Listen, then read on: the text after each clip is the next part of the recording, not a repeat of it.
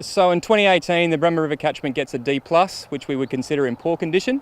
But there's lots to be celebrated in the Bremer River catchment. So activities like this, which daylights these urban streams, really helps to bring back the natural values that we want in our catchments, and also brings back things like community engagement back to their local creeks. And that's a critically important element of it to motivate the community to want to protect their local creek values and to interact with the environment. So what we see, particularly in the urban areas, and particularly in urban areas where we've traditionally put our creeks underground and drained them off, so you can't actually get access to them, it's meant that the community can't engage with them. They don't see them as being important to their lifestyles, and they don't think of them as being satisfying to use for any kind of recreation.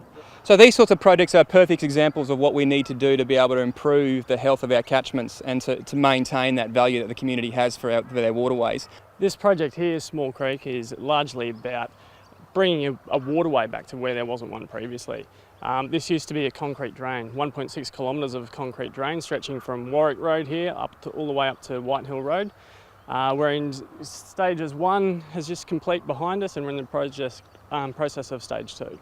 Stage 1 included taking about 30,000 cubic metres of soil out, including the concrete channel, putting about 150,000 plants back in. So all of this combined is helping to slow the water and also clean it at the same time. So it's really giving us a water quality benefit. Stage 2 is essentially a continuation of stage 1. So it'll really provide that connection and the continuation of the creek all the way from here to Briggs Road. Much of the same, a little bit different, a more confined sort of a situation. So our product will be slightly different, a little bit harder. Whereas down here we've really been able to sort of spread the flows and let the creek be a real creek.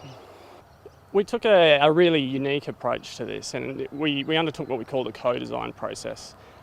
This differed to the usual process that people often take, in that a concept design will be developed. They'll go out for consultation. We decided to turn that process on its head. We came out and asked the community first up, what do you want to see? So we did that over the course of 1 week at Poplar Street Park.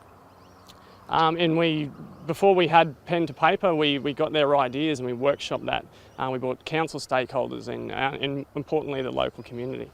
So we got their ideas and their hopes and aspirations for the corridor.